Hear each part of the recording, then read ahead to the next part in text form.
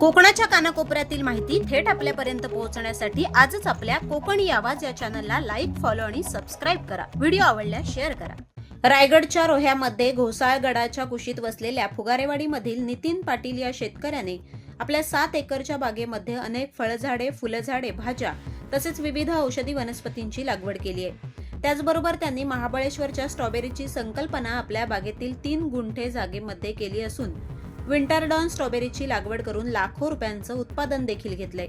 गेले 2 वर्ष सातत्याने या उत्पादनाकडे लक्ष देऊन यंदा देखील त्यांनी चांगले उत्पादन घेतले आहे. सरासरी 1 दिवसाआड 4 ते 5 किलो स्ट्रॉबेरी फळ मिळत असल्याने गेल्या 2 महिन्यांमध्ये आतापर्यंत 70 ते 80 हजारांची स्ट्रॉबेरीची विक्री करता आली असल्याचं ते सांगतात. तर संपूर्ण सेंद्रिय खतावर शेती केली जात असल्याने त्यांच्या शेतातील स्ट्रॉबेरीला स्थानिक बाजारपेठेत देखील मोठी मागणी आहे.